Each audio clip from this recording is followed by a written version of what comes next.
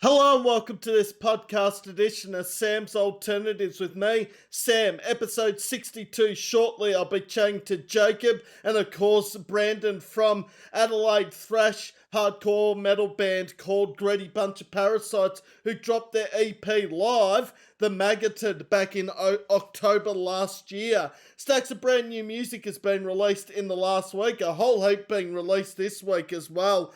Those left behind: The Beautiful Monument, Firefly, Danger Den, Internet Romance, Buried Shallow, Mortella, Cheapskate, Shove It, The Gloom in the Corner, Revoid, Cosmica, among other bands. Interviews coming up, of course, Saturday the 7th of March, Ben from Grimlock. Tuesday the 10th of March is Sheepdog Inc. Sunday the 15th of March is Swords Bros. Tuesday the 24th of March is Stone Trip.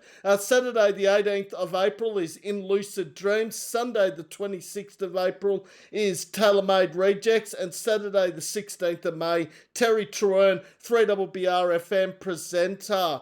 And a lot more interviews are going to be announced in the coming weeks, so watch this space. Whole heap of gigs coming up. Of course, Pay What You Wish, which is Stay Gold, an afternoon show, Saturday the 7th of March. You got Motion Blur, you got Mortella, Civilians, 51st Avenue, and also Paperweight. Then that night at Bad Decisions, Blame It On Bad Luck, also Fellview, Daydreamers, and Danger Den, their single launch for, of course, Given.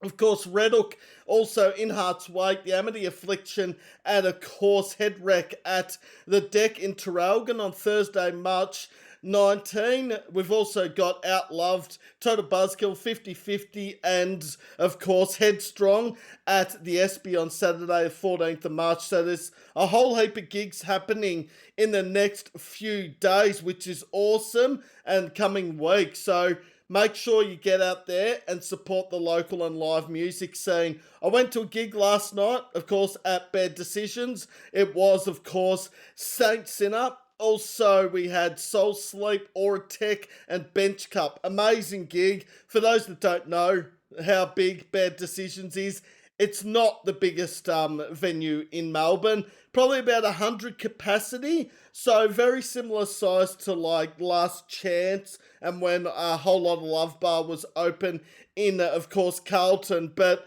a great show as always. All bands killed it. I mean, I've seen all four of those bands before live, but it had been a few years since I'd caught Betch Cup live. I think it's 2.5 years the last time I saw them, and they were really good. Of course, Mitch and Ben, who's still in Loose End, of course. Mitch used to be in Loose End, but now is in, of course, Bench Cup.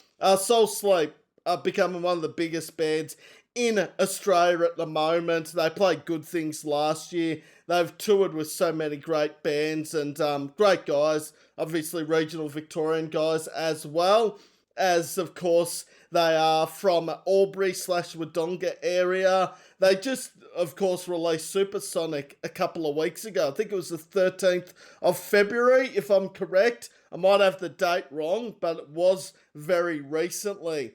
Of course, I did post something on my newsfeed, which was the top 100 best Aussie/New Zealand songs of 2026 so far. I will not give away number one, but I can tell you there has been some absolute bangers that have dropped already in 2026. And March is looking like a pretty busy month for new music, especially this week, with Outloved and Alt both dropping brand new songs on Thursday and Friday. Big fans of both those bands. Huge support of the podcast as well, Outloved and Alt, and all the bands and artists out there here in Australia and New Zealand. I mean, they're the reason I do this. So how has everyone's weekend been, though? Mine's been pretty good. It's just been pretty chaotic. I worked, of course, Friday night, I worked Saturday lunch, and I worked today. And yeah, it's just been really busy, but it's been a good weekend. Heaps of fun. So, of course, I have seen Greedy Bunch of Parasites before and caught up with the band. I caught up with Brandon, Jacob, and Dean at the Workers Club back in November last year, which was Cup Chaos Day 3. They played that show and absolutely killed it. So many bands now that I've interviewed from Adelaide. Brandon's in the lobby. I'll let Brandon in and we'll start this interview. Hello. Oh, can you hear me? Okay, I can't hear you though. Might be a problem. Oh, some technical issues at the moment. All right. Just bear with us for a minute while we see what's going on.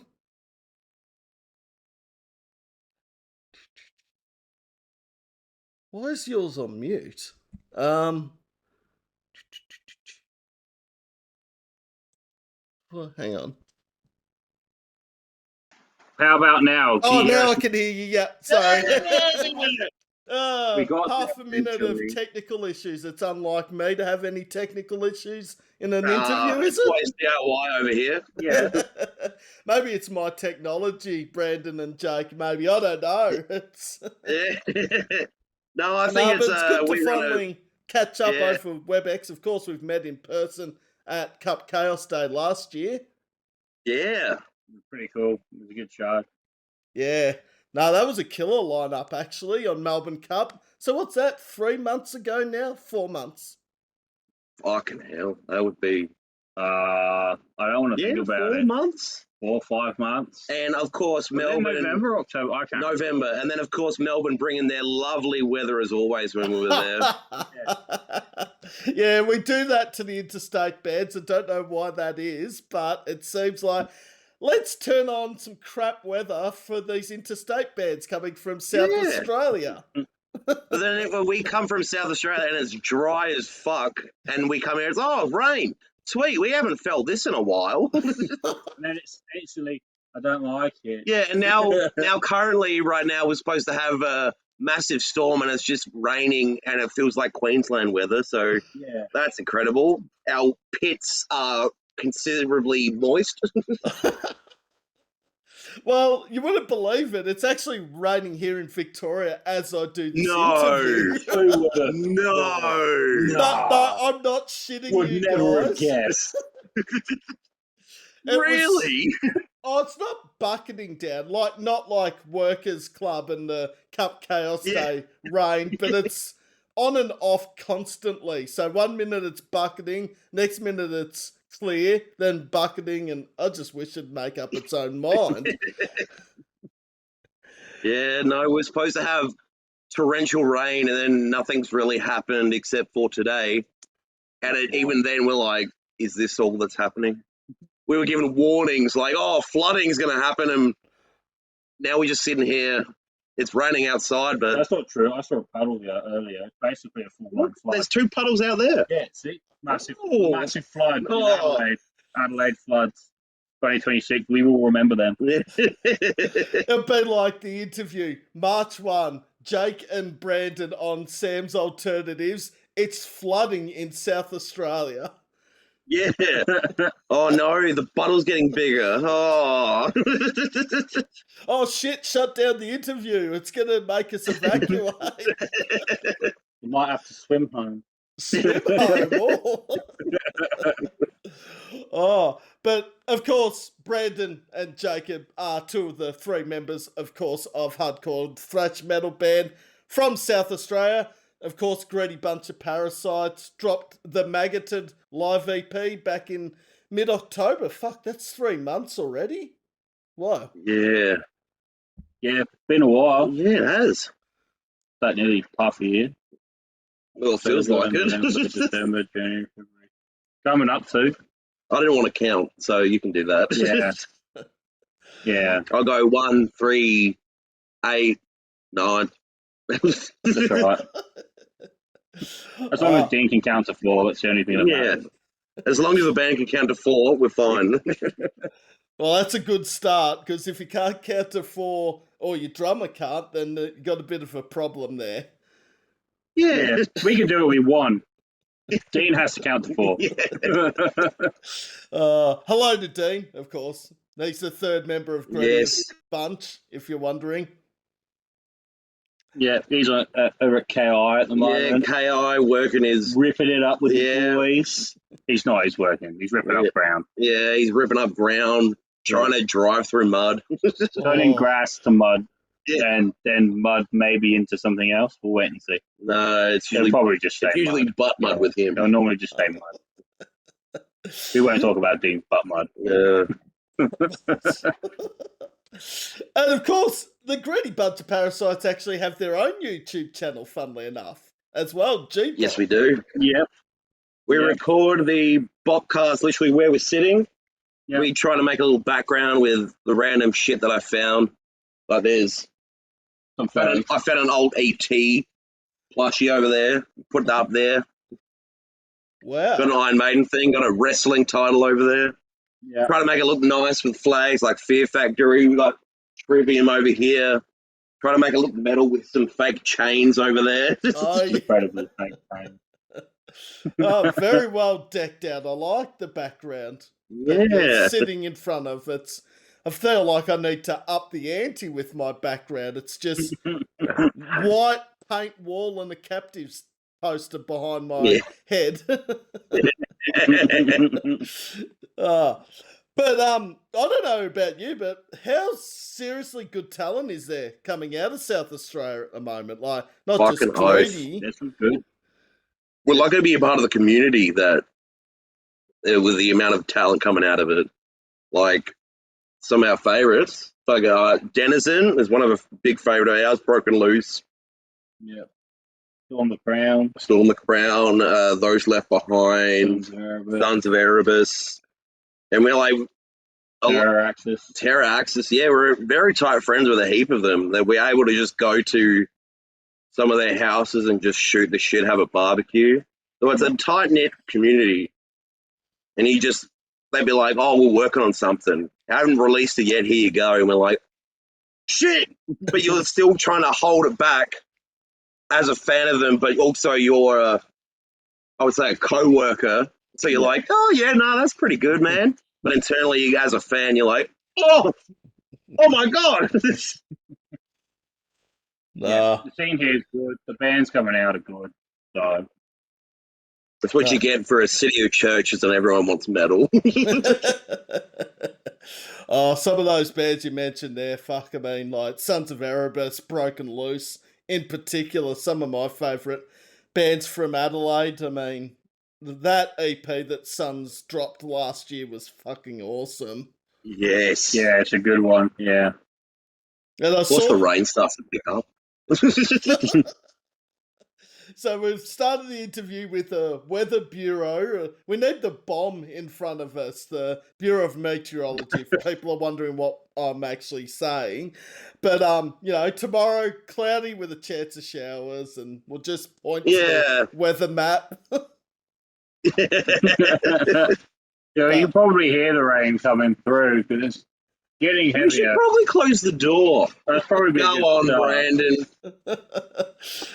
We had to keep the door open because of how Queensland weather, we're sweating through our ring.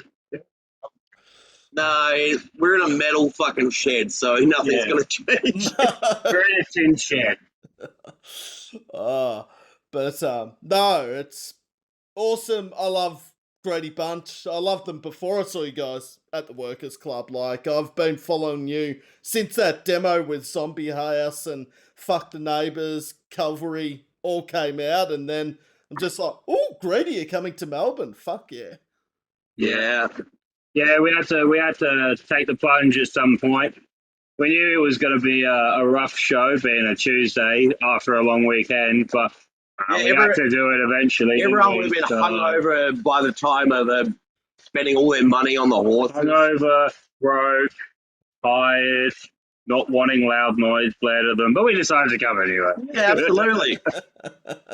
It's sort of like, you've got Advil with you, take that and then come see us. But spend money more on the band's merch than the horses. That's my thinking. Yeah. Or pay money for the venue, like buy beers or buy Palmers or whatever they have at the Workers Club. You buy a palmy. Palmy. It's a palmy. Yeah. Palmy. If I hear any Palmer, I'm gonna have to get my knife out. Oh, shit. Okay. We're South Australian. We will. All right. Well, it's a South Australian versus Victoria thing here, is it? The rivalry. It's always been that, so we might as well keep it going. Yeah. I think there's a bigger rivalry between New South Wales and Victoria than any other state, I think. Yeah, but we're not included in that rivalry, Yeah, so we no. don't care. Yeah. What's New South Wales? Who? Yeah, exactly. Yeah, they've just not produced many big name bands. Nah. Parkway Drive, No. Polaris. Can't think of many. No. Internally, I am thinking about them, but for the rivalry, I don't know anything about them. Yeah, just some little mediocre band from Byron Bay that have become the biggest metal band in the last 20 years in Australia. Yeah. Who's that? Yeah, Who's who that? is it? I don't know Parkway Drive. No, Hidden Tent or Adelaide. I can only think of the Adelaide. Oh, Deadpool? No. Adelaide. Yeah, Adelaide. That's right. all right, I'm going to get ridiculed for that comment there about New South Wales. But there are actually That's all right. We'll take the flak. We're in South Australia. Want to see some rivalries. Oh, okay. Well, maybe we should have a battle off. Yeah. I can't think of many good bands from New South Wales. I only see Gojira and they're from Yeah, France, I only brother. see Gojira. Oh god, these are all. Oh, that's right. Parkway Drive. Who was that? Who? Who? I just think it's how the smoke looks. Yeah. Maybe that should be a new topic or a new thing on the podcast. Is we have one member from a South Australian band, one member from New South Wales, and one from Victoria, all on the same episode, and see the rivalry actually grow. You see, what will happen is the South Australian and the New South Walesian will combine forces and just bully the Victorian relentlessly to the point where they get very sad and cry and leave. Okay, well, maybe it won't work that way then. You put them all in the room, and if they're metalheads, they'll all just complain about, oh, we've got West End. Oh, we've got Furphy. Oh, we've got this. And we're like, but it all tastes like good beer, so we'll drink it. Yeah. As long as the New South Wales people are paying for the beer, fine. That's all that matters. So if I've offended any New South Wales bands, I'm probably going to hear about it tomorrow evening when this gets published on YouTube. Probably be every comment in the comment section, fuck you and what you said about New South Wales. We scream fuck the neighbours, so we kind of want some fuck you G-bop back. Yeah. I love that. You don't sing that song lightly. That song title, I just think, I love that sound. Like, fuck the neighbours. Can't go wrong. Yeah. Like, who cares what the It was neighbours... it was a cover from a band that I fucking love, and it was easy for us to play. That now, because of how much we've played it, we're like, we kind of have to end the show exactly with fuck the neighbours. Get all the crowd screaming fuck the neighbours. And then you hear the neighbours over the cross road going, what are they saying to us? What's going on? Yeah. Fuck you, you are. Yeah, I haven't even met you, brother. Fuck you. when the song has fuck in the title, you just felt like it's going to prove some people that they're going to hate it because you think fuck the neighbours, fuck the police by NWA, obviously. Yeah. Fuck the system of a down. They're three obvious ones. You kind of hear the word fuck, but with me, if I see fuck in the title, I'm like, ooh, I wonder what this will sound like. He's swearing. He's being a naughty little boy. What's that song King Parrot released off their latest album? Oh, fuck you and the horse you rode in on. The one, yeah. Yeah, and you got shit on the liver. Yeah, shit on the liver as well. Yeah, that's also a good one. No. I'm looking at our song titles, and do we have anything that has any swear words in it? Well, in it, well, obviously, no song titles. I've got Erection, which is a cover. That's a cover though. I mean, there's a work in progress. I don't know if it counts. Oh no, we might have a song coming that It's called Fucked Cunt. So Lovely. maybe. But no, most of our songs most of the songs you look at it and you go, oh, this seems fine, and you listen to it, and I'm just screaming swear words at them. And you'll find that on Maggoted, because there is a lot of swearing on Maggoted, because it is obviously. No, we are Christian children. I don't know what you're talking about. I must have listened to a different EP this morning. You must have listened to the explicit version. I think we might have got the wrong ad on Spotify. Maybe. Or maybe you're talking about a different Greedy Bunch of Parasites, because we're a Skillet cover band. Skillet cover band. Ray Satan. Despite one of your songs off the demo having the F word in the song title. No, we've talked to who promoted that, and we're disappointed. They put the F word. We wanted it scrapped from the album. The Neighbours. So we won't bring up what I said like a few minutes ago, where that's our favourite songs to play. But oh shit! If you haven't already noticed, Brandon and Jake, I've already sworn half a dozen times, and that doesn't bother me. So you can swear as much as you want, because I'm probably as big a putty now. Shit, piss, fuck, cunt, cocksucker, motherfucker, tits, fart, turd, and twat. Green Day. That's Blink. Is it? What was Green Day? No, that's Blink. It sounds Green Day-like as well, though, when you think their earlier stuff. Yeah, it does. Blink 180 Green Day. I think that's whenever we do a cover of punk, that's what we try to go for. Yeah. But with distorted guitars. It's okay, I'll kill myself when I get home. Yeah, there you go. Well, Jacob and Brandon, it's pretty chill, this chat. If you haven't already half noticed, I don't take myself too seriously. Oh, we're serious boys over here. Yeah, it's not like we just started a rivalry within the first minute of this podcast. Yeah, no, we're all about being super professional and incredibly PC. Yeah, we're also stone cold sober as well, so yeah, 100%. No.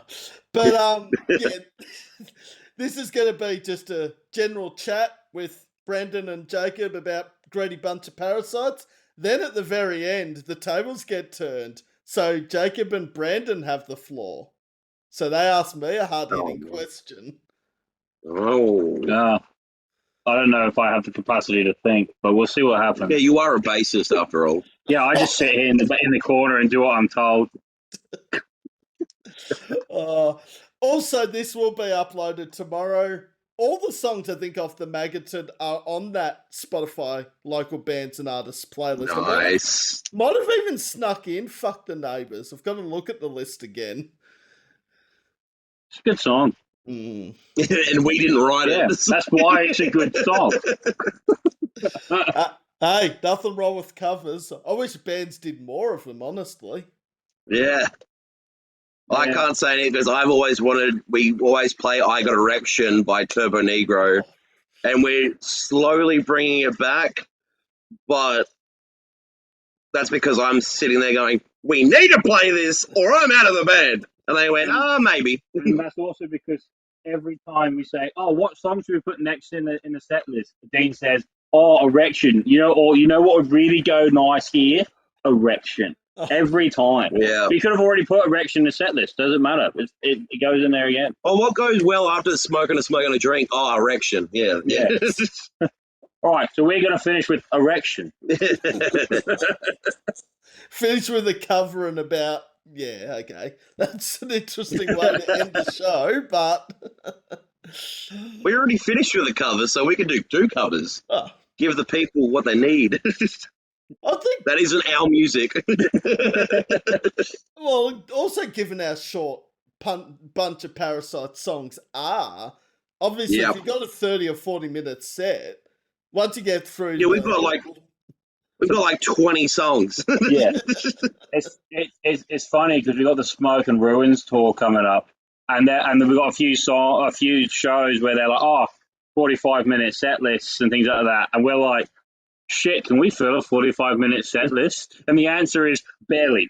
It is about, 15 songs. Yeah, and I think 15, 16 songs makes up a four. I think that's actually more than that, was it? Yeah, we've got the set list just behind us because we're also in the practice shed. 10, 11, 12, so we're counting 13, how many. 14, yeah, 15, 16 songs. And we've got to add more to that. For a 45-minute set list.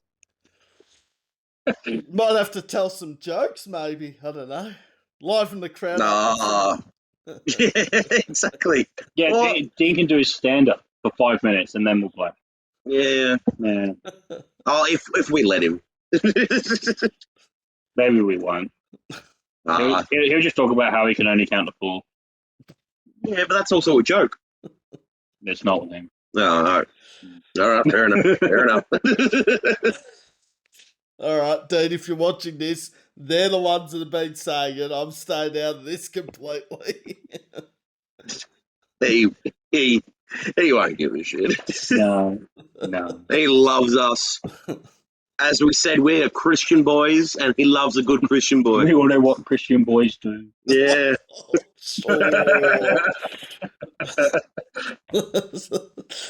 All right. So, how did the band Greedy Bunch of Parasites form? Is the first question. So, Dino and I started playing music in high school. Like, we ended up getting a very notorious name for being the loudest bunch of people in our music class, that you could hear us from like 2 kilometers away with the amps. The teacher hated us, but we ended up just playing heavy music. We made a little band. We did one show at the school, and then that band sort of fizzled out. And then Dale and I have continuously played music together. We had another band, Hate Rain. We've done one demo that's on YouTube. I wouldn't listen to it because if you want Greedy Bunch of Parasites sound, that ain't it. But it's there. Brandon was a part of Hate Rain because we're like, we want a bassist and no one wants to play bass. And this fucker wants to play music, so we'll give him 4 strings instead of 6 and just be like, learn that. So then we started playing. Hate Rain fizzled out. And then it was just Dino and I while Brandon was at uni. Yeah, I had to stop being a part of it because of uni. And then Dino and I continuously would just write stuff. And that's how Dino came up with Calvary, which is one of our big songs.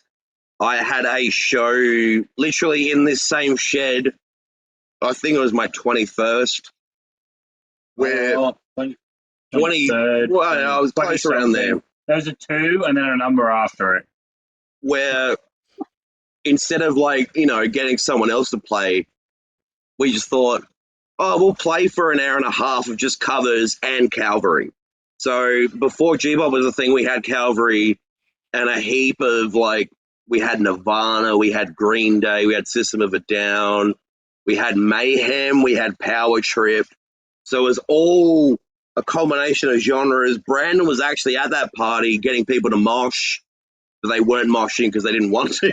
No, they were moshing until someone tripped into the fence and everyone went, oh, yeah, this is too rough. And I was like, what are you cunts doing? He tripped over into the shed, so we're playing and we just hear a boom. And I'm like, all right, shit. That was funny, though. Yeah, it was. I had to try what do you get for charging? And I had to keep trying to play while hearing a massive thonk, and they're going, oh, yeah, I'm all right. I'm like, sweet. And then Brandon was at that. He came and talked to us afterwards and be like, yeah, next time you guys are jamming, I'll be keen to fucking come around. And then G-Bop sort of came around after that. We started practicing with Brandon, and then I had to push a little bit to get you guys to work on originals. So there was probably about a year and a half there where we were just feeling the band out and getting it going. But I never really felt, I don't know what the term is, pride joy in just doing covers all the time. There was fun playing the songs. I like playing my own stuff. There was less pressure on it, I guess, because you can't fuck up your own shit. Well, you can, but it's like still like it's more fun to play your own stuff than I guess. Yeah, it just kind of went from there, and then we started developing our own stuff. Yeah, and then we had our first show with my uncle's band, Abolished. We had one of their shows, which was like in their jam space in Lonsdale. That was our first show ever. We were shit. Yeah, we were. We played Calvary and a bunch of covers. And then... Did we play Zombie House too? No. We played Zombie House the next one. No. Oh. And then we had a few gigs after that, and then we realized we needed to write more of our own shit, and then kept at it, and that's now like 3 years ago. Yeah, we started the band 3 years ago. It wasn't... Almost 4 we now. We started playing shows probably about 2 years ago. And then just growing as musicians. Last year, I kind of said to the lads, I was like, look, I think we should be pushing a bit harder with the shows that we're doing. Let me take the reins for a year and we'll see what happens. And, yeah, we ended up playing 13 shows in 12 months. And we played with... at the start of the year, we were like set our goals out for what we want in the next 5 years. And we were like, oh, yeah, we want to play with Hidden Intent at some point over the next 5 years, like stuff like that. Yeah, we played with Hidden Intent 3 times in a month. Yeah, we really destroyed our goals for last year. Like even releasing the EP, that wasn't planned or anything. Planned at all. Yeah. So it's all come together pretty bloody quickly. So now with this year, we're trying to outdo ourselves from last year, which is a hard task because we went so hard in the paint. Yeah, with last year, but I think with how everything's planning, I think it might be a very good one. Yeah, we've got some cool stuff lined up. Yeah. Like even that Melbourne trip that we met you at last year, that wasn't a goal for the start of the year. That was a goal to within 3-4 years. I think it was just Melbourne. It was literally 3-4 years play out of state, not in South Australia. Yeah, and then we had Outback Assault, which was in Mildura. Yeah, and then Melbourne, Fitzroy. Yeah, Fitzroy. So last year was, for us anyway, a really successful year. It definitely exceeded our expectations. Yeah, absolutely. For most bands that are successful, wouldn't have been a successful year. But for us, it was very successful. What we wanted to achieve. We were just starting, so we had all these goals that were for like 5 years sort of thing. We were achieving in like 3-4 months. Yeah, 3-4 months. Right. So... And then getting the live album out as well, we didn't think that was a possibility because... Yeah, we didn't think we were releasing music last year, and we had an opportunity to kind of take advantage of basically the Woodshed being awesome. R.I.P. Woodshed. Woodshed's gone now. But yeah, we took advantage of that and were able to release some music. It's not perfect. We're not perfect. No, but it gives a sense of, if you listen to that, that's what we sound like live, but better if you come and watch our fucking shows. Yeah, it gives you an idea of what we're like. Yeah. No. And then, I can attest to that. They were awesome live at Workers Club last year and, certainly put on an awesome show. Yeah, we tried to, with the live show, since... It's just the three of us. We try and get as much heads banging. And I'm also behind a mic, so I try and move as much as I can. But always having to go back to the mic. But, we always try and get everyone to, with our music, just head bang. Yeah. Even if we get a slight nod with the music, that's all we want. It's just people moving and just enjoying everything. Yeah, obviously we love a good mosh pit. We love seeing everyone mosh in front of us, like circle pits and things like that. Like it's great, it's awesome. But as long as everyone comes up to us afterwards and says, "Oh, you guys were great, really enjoyed you," well, we've done our job. Like we're pretty happy with that.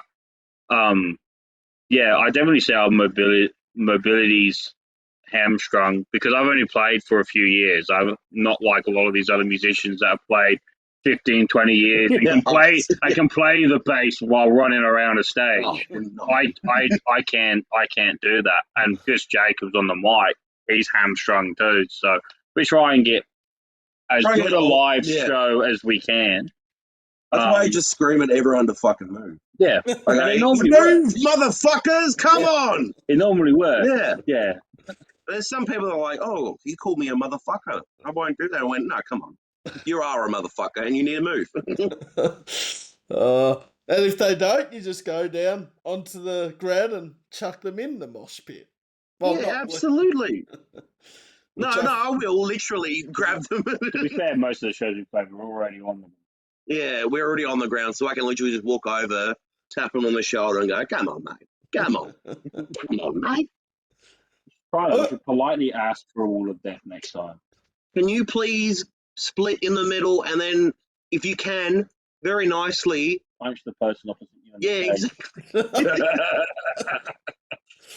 Saw a really bad attempt at a wall of death last night at Bad Decisions in Melbourne. Like, the band goes, let's create a wall of death. I'm like, this is not looking like a wall of death because half the people weren't even involving themselves in it. It's just like... and they're just standing there filming the fucking set. Like, I don't mind people doing that, but if the band suggests you do a circle bit or wall of death or two-step, whatever it is, fuck filming it, do it yourself. Yeah, absolutely. What I do, I don't know about Brandon, I think he's the same with me. You will film a bit of the show to be like you're there and it was a killer spot. But the rest of it, you just kind of sit and enjoy because the band wants more interaction with you, not behind a phone. They kind of want you to, like, you can film a little bit and then put it away and then just enjoy the show rather than just have the phone up the whole time because they're watching the show through the screen, which they're not really there. And it's like, it kind of gets away from the connectivity with people on the stage and the people in the crowd because they're just looking through the camera at the show rather than being there and being in it.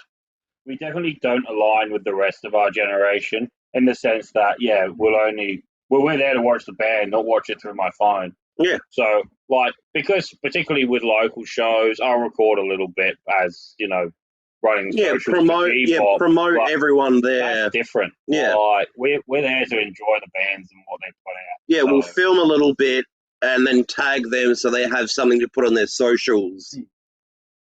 And also for us to just be like, we were here and they were killer.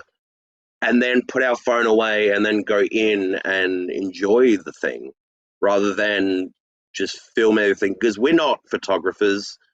We are dumb cunts. It's a very interesting topic, that one, but I'm on the side of you're there to watch the bands. Like you said there, Jacob and Brandon, like, film a bit of the set the other bands are playing and tag them. The bands doing that, I love seeing that. That's what should be done. But the people that just sit there and hold their phone up in front of their face for 2 hours. It's like if I were to do this interview, just like, so what's next, Sam? Come on. What's going on? Trust me, Jacob, if I was a guest, I'd probably put the phone up so you wouldn't have to see my face over WebEx. Don't worry. No. What I might ask is that when you put this up, just blur my face. No, I'm going to do that because everyone will want to see Greedy Bunch. Who wants to see the host of this meeting? Fuck. I mean... Who wants to see the bassist? Well, no.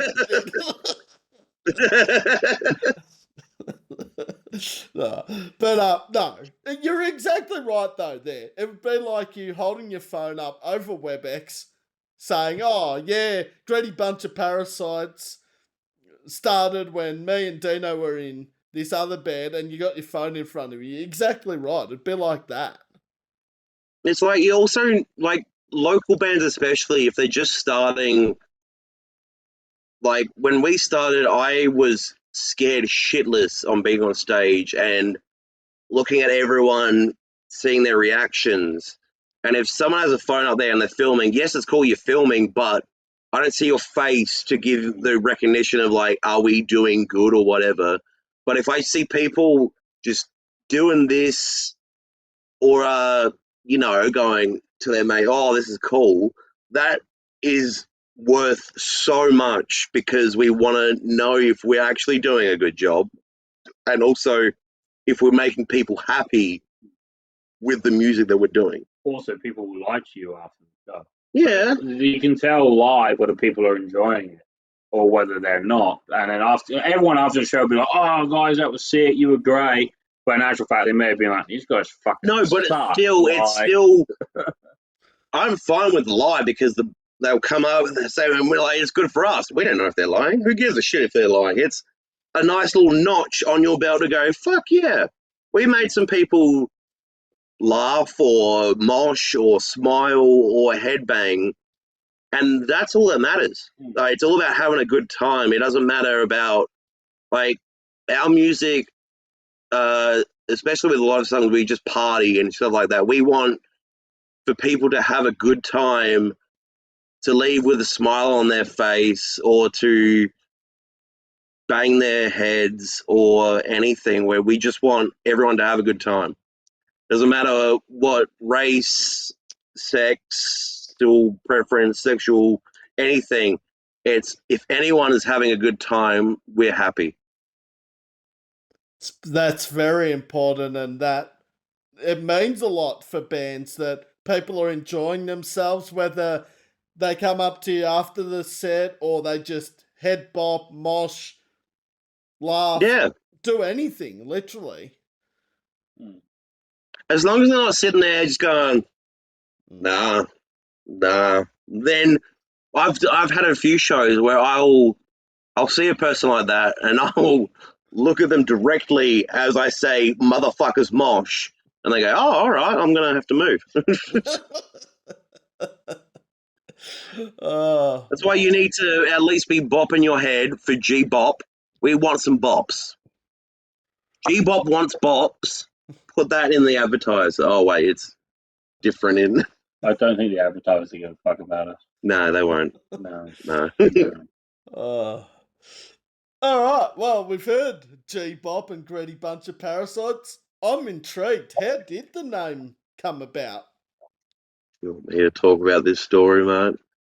Oh, you can. Yeah, go on. So we love the bands like DRI, which is Dirty Rotten Imbeciles. There's MOD, which is Methods of Destruction, or SOD, which is Stormtroopers of Death. So then we started with a joke name, which was Gay Boys on Parade. We're all straight, and we're like, we're probably going to get some flack for that. So we kept the letters and then found Greedy Bunch of Parasites because I think the idea was like how the government is. Like, they're all a bunch of greedy bunch of parasites. And we're like, that, we'll keep that. And now that's our name, and we've got a killer fucking logo. And our mascot's cool. And our mascot. We've done a lot with our mascot. Yeah, we've got a mascot wears a parasite, a little worm with a top hat, and a monocle. Yeah, and a monocle. And we got to do more with that. That's if you look on the Maggoted album cover, he's below the bar. If you look under the bar, he sat there. So yeah, we got that name from there because I think we kind of stuck with the name G-Bop. And we're like, we got to work with this type because it works well. It's like, it's a more metal version of K-pop or J-pop or whatever. And now we're G-Bop, where we want to make people bop their heads. And it's all G. And it's all G. There it is. Yeah. And that's how, the name because we didn't want to get cancelled. No. Yeah, we like the abbreviation, and especially a lot of our influences are the bands with the abbreviated names. There's a lot of crossover influence, hence the 1-2 minute songs. Yeah, a lot of 2-minute maximum songs is a lot of the influence from DRI, SOD, stuff like that. So we're like, we might as well make it abbreviated name as well. We originally, at the start, I still got stickers for it. We originally be called Social Virus. And then we found another band had that name. Yeah, another band had that name, and they guess we're going back to G-pop. Yeah, the other band had that name, and they copyrighted it. So we're like, instead of dealing with all that legal mumbo jumbo, we'll go back to the name that. And when we typed up Greedy Bunch of Parasites on Google, nothing came up. So whenever you type up Greedy Bunch of Parasites now on Google, it's us. And that's the difficult part, is trying to find a band name that hasn't been taken already or is close to being similar to another name for a band. Because, it's very hard to come up with band names. You almost need Let alone song titles. I actually think song titles are easier than band names. Yeah, well, band name, we were sitting there for like months on end being like, what about this one? Oh, someone else has already called that. What about this one? Bit shit. Yeah. Like, you come up with some that are like too cringe or some that are too close to something else. And so that's why we went down the crossover route with the abbreviations. Because it's like, well, if you got an abbreviation that works and you like, then you can always change the words around as we did. And then that's how you can come up with a fairly unique name. And it makes the logo design, like Roger did ours with the GXBXOXP, which is also very crossover. Yeah, very hardcore as well, yeah. It just kind of, it also makes making your merch a bit easier because you can have a long name, but then it's got a short abbreviation. So then it's easier to make merch. It's easier to put on flyers as well. Yep, it's good for flyers. Because we have our logo that has the GXBXOXP but Greedy Bunch of Parasites circles around that, so it's a nice circle logo. Yeah. And also, I think that was the first title that, because they would be like, oh, we have this name, and then 2 people would like it, and 1 person wouldn't. And then we kind of need a majority. We kind of need the whole band to like it. And I think Greedy Bunch of Parasites was the one we all went, oh, no, that's cool. It worked. Yeah. So then, now we're stuck with that. And 4-word band titles, there are a few. There seems to be a thing in South Australia at the moment. A lot of bands with 3-word names, like Storm the Crown, Those Left Behind. Or even 3 syllables with Broken Loose, Hidden Intent. Like, it's very popular. It's syllables, and like, I think because we want to draw people's attention, we're not the city of churches. We want to get you, oh, that name fucking kills. We're going to go see that band. We're also not the same as those other bands. Those other bands tend to, they can slot into different categories really well. We don't. Yeah, no. We sit on, like, you try and put us in a silo, we're too fat. And we kind of overflow into other things. You put us in a silo, we will eat the grain. Yeah. And get too big for the silo. Yeah, so it's like we don't fit in any one category. And you probably, if you listen to our live people, you see us live, or however you come about our music, like you'll go, oh, well, that's crossover, that's thrash. They clearly listen to Lamb of God. That's death metal as fuck. Like, we're across so many different genres, we don't know how to categorize the genre we see. Yeah, we don't know. Like, if someone asks us what genre we play, we go, we play music. Yeah. We don't know. And if, like, what we call ourselves, I think, is crossover groove thrash metal. Yeah. But even then, we're like, we still do some death metal. We still do some industrial riffs. Yeah. We basically punk as well. Like, we don't sit in one little box, which I think is what I love about the band. We don't sit in one little box. We like to dip our toes in everything. And it opens up avenues for shows, which is probably why we got to play so many shows last year, because we originally were like, oh well, a lot of our influences are crossover and thrash metal will be crossover thrash, but then Ethan from Realm of Thorns is like, oh, thrash death band G-bop, and it's like, oh, okay, well, how many other people see us in a certain light? And some people think we're more death metal, some people think we're thrash, some people think we're more like just thrash, like crossover death or metal, even like a bit of a Pantera thing where they can have fast songs but also slow, chunky songs, like a groove metal sort of thing. Yeah. So then there's another genre that some people have said that we are, and we're like, us playing it, we just play what sounds the best for us. Our riffs, if that makes us with the riffs, it makes us make the stank face, like that's killer. That's all we want to play. And it could be different genres through the whole thing. You have a thrash metal riff, and we all go, oh, that's really good. Then we'll put it in a song. So now we've culminated with a heap of genres, and I think what I called it, I was like, it's bopcore. Bopcore, I like that. Because it doesn't put. Yeah, we make our own genre because we've got so many influences, and we've just taken so much from our influences and what we like and what we want to hear in songs to make our own little shit show. I think that's the best way to explain it. Shit show. Yeah.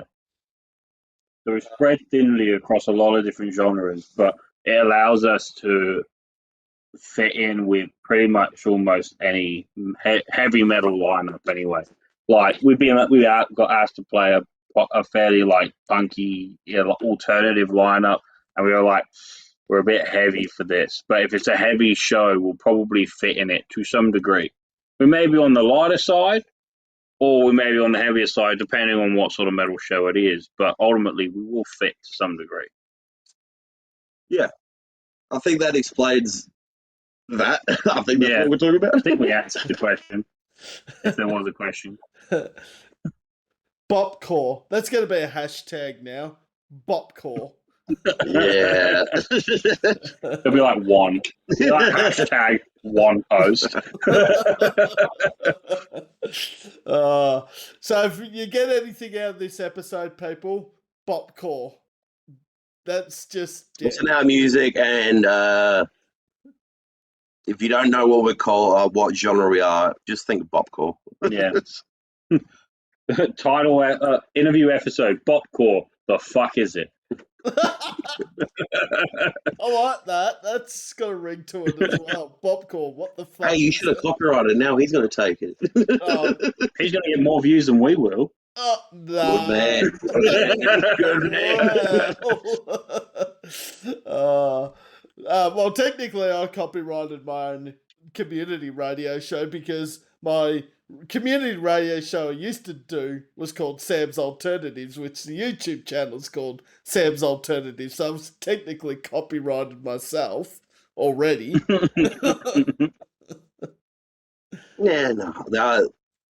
I think just short that down. Yeah, we don't want to limit us to a certain genre, because if we're stuck in that box, then Dean will write a riff, because a lot of our songs, the drummer writes the songs on the guitar.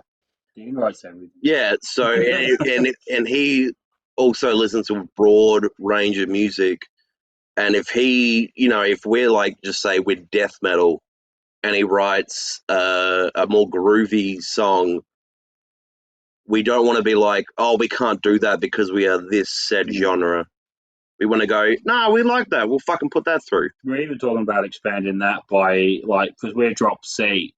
So we're even looking at playing with that and changing that up so that we've got D standard as an option as well. So then that opens Dean up to write even more songs, come up with even more grooves. And basically us be able to lean into whatever we're playing, whatever show we've got coming up a little bit more, and we'll just go like Slipknot with it, and we'll like with an album we'll start and it'll be heavy as fuck, and then it'll go a little bit softer, like towards the end, and a bit more like crowd engagement sort of stuff with the D standard, even though it'll probably just be us going from playing heavier to playing faster, but That's another Yeah.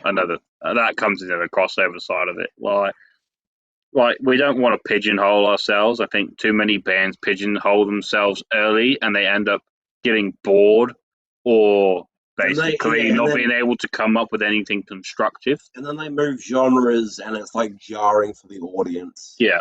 That they like. So it's like if we, at the start, already have this massive combination of genres, and we decide, oh, we want to do more of these 2 or 3 genres, it's not anything different than what we were playing because we slot a lot of stuff on our set lists. Yeah, so then if we go more industrial, we go, well, what do you expect? Dean's been listening to Korn for the last or Ministry, 4 months. Yeah. So of course, this album was going to be more industrial. Yeah, like we don't like pigeonholing ourselves, and we think a lot of bands, even like some big bands, really shoot themselves in the foot because they pigeonhole themselves, and the fans get used to one sound.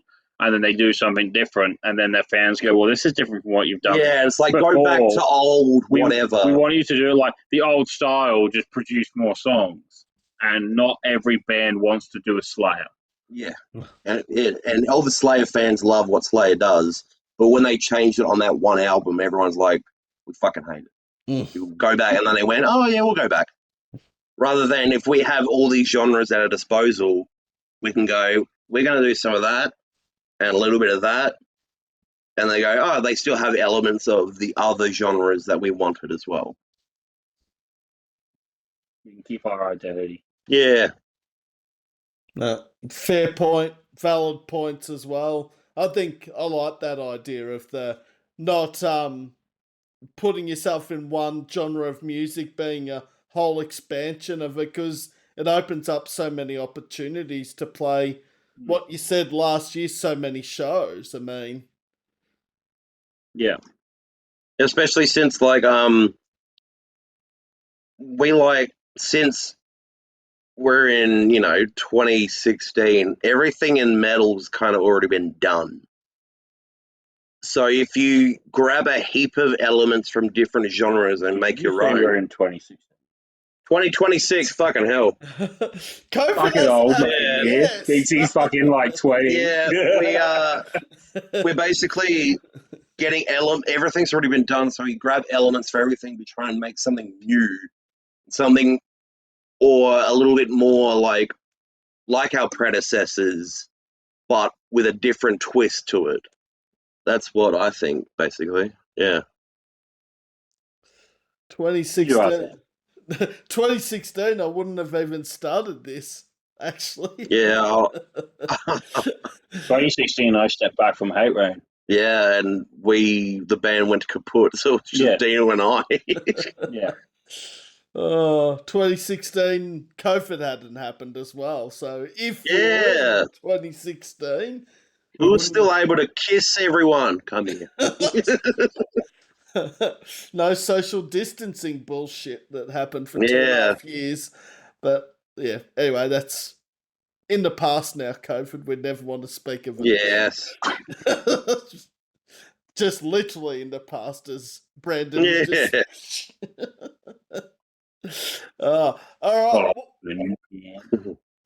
What has the response been like for the live EP overall? The live EP served its purpose. So it wasn't supposed to be an album that was supposed to make us blow up, or it wasn't supposed to be that debut album. It's basically like a feeler. The purpose of it was it will give people more of an idea of what we actually sound like, because the demo was great, but it was recorded in a fairly DIY home studio. I was straight in from the bass. I had no pedals, no effects, no nothing. Dean was playing on an electric kit, which you could probably hear if you listen to the difference between the two. And it just didn't sound like us. It was our songs, and it was us, but it didn't sound like how we actually sounded live. And so the opportunity came up for us to, basically we got a whole set, like a whole 30-minute set that we played at the Woodshed. I think we paid like $50 for the raw stems. And and my old man's got contacts with people in the record, like from when he was in the metal industry, like when we emigrated down from the UK, like 15 years or so ago. And so he put me into some contacts, and we could actually turn the tracks that we nailed, which happened to be most of the songs that night. We were able to take those songs and turn them into something, which would enable us to go to promoters and people who put shows and festivals together and say, "Hey, on our Spotify is a live album. You want to know exactly what we sound like live? That's exactly what we sound like live." The benefit of that is also we got to like do a CD. We actually got to print CDs and shit like that, which was really cool. We got to obviously put it up on Spotify, have a release for the year, which was fantastic because again we weren't expecting to do that. It didn't blow us up. Like we went from maybe 7 monthly listeners to 30 monthly listeners, but 40 it's still maybe. Numbers. But those numbers don't really matter so much to us. It's more fucking flies. I'm wondering what that thing's going across the screen. Yeah, again, we're in a tin shed, so there's a few flies in it. Cameo appearances by some flies during the Cameo appearance by the fly. But yeah, I'd say it served its purpose. It's allowed more flexibility when I do my social media posts, so it's not always the same songs that I'm attaching in. I can showcase a couple of different songs, and it gave us, well, me in particularly is the person who tends to run a lot of the social media side of things. It gave me a chance to understand what I need to do when it comes to releasing music, things I need to consider for next time, lessons learned, what I did right, what I did wrong, so on and so forth. And it served its album, the EP served itself well in that sense. But we haven't blown up by any means or any stretch of the imagination with the release of it. Yeah, do you have anything else to add, Bullbag? Give me a second, I'm flying away these flies. No, I think it was a good one because we actually got it printed properly, and it was awesome as a band first starting to actually have a physical copy properly printed with one of my friends did all the album artwork, and it was something that was I never thought would happen that quickly, and to just see it in your own hands with the album artwork, with the pictures, with the song titles, with the killer CD looking like it does, you were just what the fuck? How did we get here? But obviously, because it's a live album and we don't actually have a studio recorded full length sort of album, it was a good one because it's so expensive to record an actual album. That was a good one to give to the people to be like, this is what we sound like. Come watch us live if you want to see more of that. You want to see more personal sort of interactions rather than just listening to the live album. And yeah, I think it was surreal looking at it personally and then actually listening to it through a CD player. Yeah, the feedback we've had from it's been pretty good. A lot of the people, like Ethan and Cindy, really enjoyed it. Who we work with quite regularly. And last year we did a lot of shows with Realm of Thorn. They were really impressed by it, and there were a few other people who were fairly impressed by it as well. But it also means that when we reach out to new bands, like when we reached out to Nor, I explained. Well, they found us originally, and they were like, "Do you guys have any shows going on?" Because we were doing so much. But I was able to then reach back to those guys and say, "Look, this is who we are. We want to do some shit with you guys. Do you want to maybe bang our heads together type thing and do something with it?" And we're able to leverage that EP into that argument a little bit and get a little bit of traction. I know we've had to turn some down, but we have been offered some interstate festival slots. We just couldn't physically do it. But we were offered some interstate slots based on the back of that EP, because we would use that as be like, well, here's what we sound like, and then here's our business statement, and they go, fuck yeah, you guys seem pretty cool. Do you want to come over? And then we'd be really surprised, and then have to embarrassingly say no, we can't come over. Yeah, that was my fault. But it's been good. I'd say it's good. Yeah. If I was to rate from my perspective as someone who runs the socials and all of that sort of thing, as an album, as like an EP or a band release, I would say it's probably sitting around the 5 or 6 out of 10. Can't say that. You got to give the listeners. It's a 10 out of 10. Please listen to it. It's 5 or 6 out of 10. It's short and quick, like an EP, 5 songs, 6 songs, 15, 16 minutes. 6 songs, 13.5 minutes. Yeah. Okay. There we go. Brandon summed it up right Yeah, there. no, I've listened to it a few times, mate. He's Mr. Numbers over here. But yeah, it was one that when we listened, because we listened to it through Brandon's car, he had a good stereo when we got the CDs. We ended up finishing the album and we all went, is that it? And then everyone also clicked and went, yeah, it is. We play short songs. And went, it was banger though. Because I listened to both Maggoted and the demo EP before this interview. I'm just like, fuck, is that both of them done already? And it's like 25, 30 minutes. Yeah, not even half an hour. Not even half an hour. I said, fuck this, I'm listening to it again. Because if the band's music is short or they've only got the one release, one listen on the day of the interview I don't feel is enough. So I went back and listened to it again. I'm just like, that all took about 55 minutes to listen to 2 EPs. Yep. And we kind of like the short, sharp, and sweet sort of thing. So we can put a chunky riff, especially playing live. You have those songs where it's like short and fast, and they go, I like that riff. I wonder what they do next. And then you follow it up with another chunky riff, and they're like, what? Oh, shit, okay. And they keep the person interested, because everyone in this day and age with like TikTok and everything has a short attention span. Perfect. It's perfect for our fucking songs where it's like, here's a minute and 30 seconds of a song, and then we talk for a little bit, and then here's maximum 3 minutes, I think, is our longest. 3 minutes, which in the grand scheme of things, a lot of bands, that's their minimum. Yes. Well, that's the. I think I like leaving a listener wanting more. I think there's merit to that, and I think there's too many bands out there at the moment that go, oh yeah, well, we'll release an album. It'll be 10 or 11 tracks. Each track will be 5.5 minutes.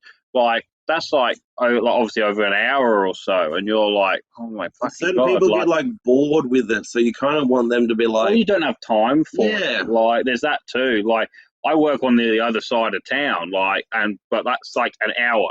So I might just squeeze in an album if the traffic is bad. Yeah. if you drive it back with our album, you can listen to it 3 times. Yeah. Whereas I'm going to use Knock Loose as an example, because when they released, You won't go before you're supposed to. thank you, Yeah. I had a mental break. When they released that, that's what, 40 minutes? 40 minutes, yeah. Yeah, it's about 30, 40 minutes. At the end of that album, I was like, fuck, I want more. Because it was long enough so that they could get their message across, or whatever it was they wanted to get across. And maybe also like experiment with certain other little things as well, but keep Here and the there. thing. Yeah. But it was, It was it was enough. enough where you go, I want more. can you release the new album now? Even Yeah. though they just released it, and you're like, oh, I got to wait like a year or so. And I think there's merit to that. So like, if we do an album, it'll be 12, 13, maybe 14 songs, depending how short some of them are. Probably half an hour. But it'll still only be like 35, 40 minutes. And depending, like, how good the album may be. People will go through that and go, well, it was only 35 minutes long. Where's the rest of it? And you go, well, that's the album. Tough shit. Or You got to wait for the next one. Or with that, where it's like, where's the rest of it? You go, well, looks like you're going to have to wait for the new one to come out when we do it. And they will hopefully go, sweet, I'm keen to hear than whatever else you're cooking up. Because that's what we kind of want rather than... Right, people getting bored halfway through the album. Yeah, I think the way we tried to do a Dream Theater. Yeah, we can't do a Dream Theater because one song of Dream Theater is 16 of our songs. But also, yeah, it's like we don't want to blow our load straight away and then have everyone go, oh, was that it? We want them to go, here's a heap of songs, there you go. And they go, oh, shit, I kind of want more. Like, leave them a little bit hungry, but have them a little, like, give them an appetizer and then go, oh, I want a main. And it's like, no, you got to wait for that. And then you keep giving them bits of food. So they don't starve, but they're still asking for more.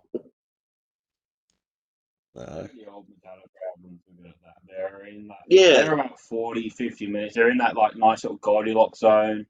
Yeah, like Kill 'Em All, Ride the Lightning. You're sitting there going, I want more, and then they give out a Ride the Lightning, and then after that they give out a Master of Puppets. And then they went to shit. And No, I'm a Metallica fan. Sure. Here's a dual CD album that goes for like 2.5 hours, and no one really listens to it because it's too long. We'll move on from the basis opinion of that. But next question. Fuck you, Brandon. All right. Well, what does 2026 hold in store for a Greedy Bunch of Parasites? The only thing we've got announced at the moment is a tour. Is a regional tour. So we've got Smoke and Ruins. So I'm gonna talk about. That's what I said. There you go. Because this has been my baby for a little bit. So I've been talking with Iron Triangle Promotions, Benny McGee up from Port Augusta. He does a lot of things out that way. So one of the goals we set ourselves last year was we want to play a show on each of the peninsulas and like basically major areas. So we want to play a show down in Gambia. Victorian, so we're like, so South Australia has 3 peninsulas. There's the Eyre Peninsula, there's the Fleurieu Peninsula, which we're kind of at where we live, and there's the York Peninsula. We did the York Peninsula last year, somewhat.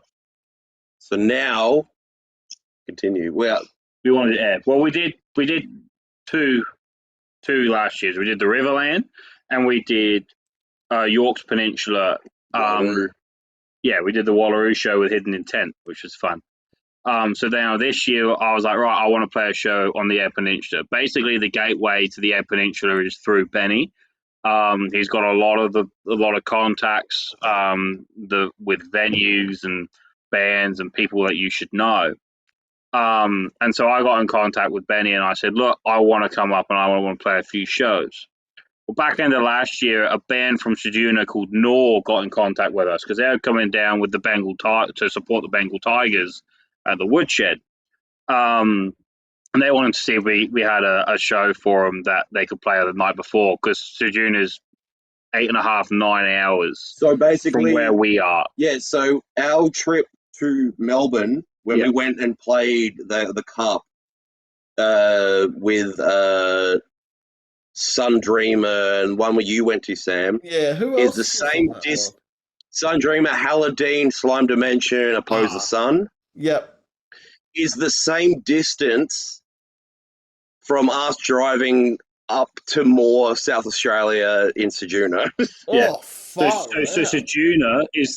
Ceduna is actually further away than Adelaide to Melbourne. Yeah. And it's in the same state. Yeah. Basically, and then when they came down, they actually did. They spoke with Channel 9, and Channel 9 did an expose on them because they are the most remote heavy metal band in Australia. So if they want to play a show, they've got to travel at least 5-6 hours to Port Augusta to play a show.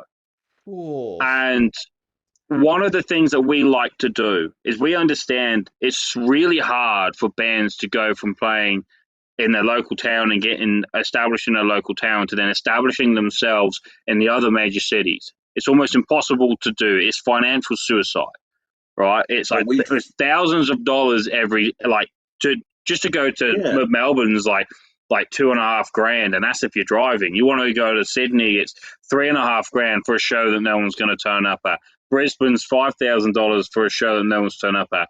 Perth $7,000 for a show no one's going to turn up at. Perth's probably cheaper for them because they're almost there. For them, it would be. Yeah. So we understand the importance of playing regional shows and supporting regional metal communities, or even just communities in general. Yeah, because they don't get.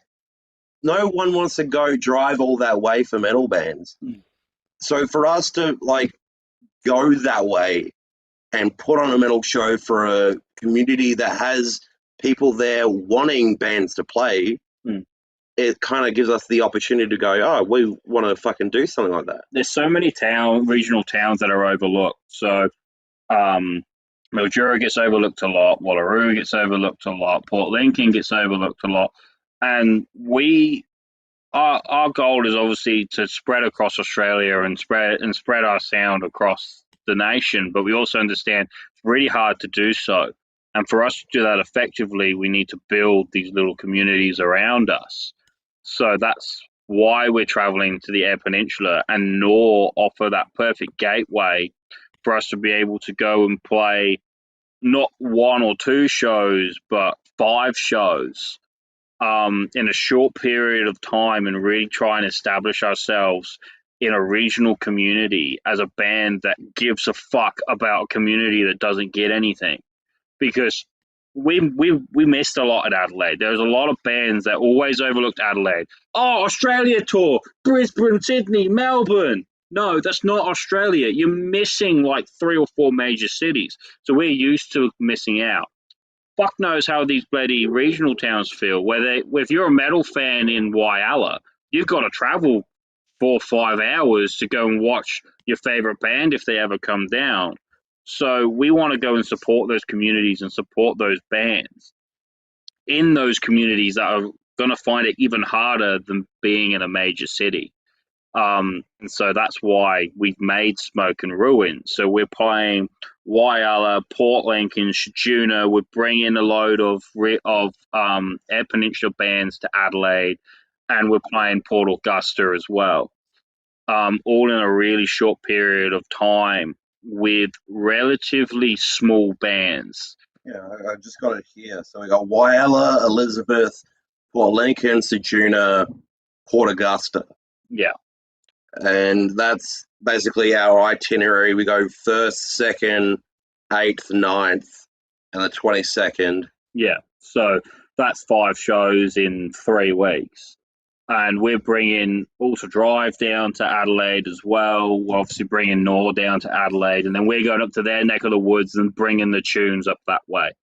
Obviously, Hidden Intent are pretty good at hitting the regional communities. So they hit Port Lincoln last year with Headball. So it's not like they get nothing, but they get a hell of a lot less than they should. That was kind of like an influence. We wanted to go that, and also, as we yes, we gave shit to Parkway Drive earlier because they're not South Australian, but their Parkway. But also, their first documentary that they did, they went to every little show place in all around Australia, and that's kind of what we want to do. Yeah, so we understand the importance that if we want to build a strong foundation, you can't build a strong foundation in a town or a city that's over inundated with a lot of metal bands that's also 2,000 or 3,000 kilometers away from you. It's not possible. You need to build that regional presence before you can start pushing into those towns.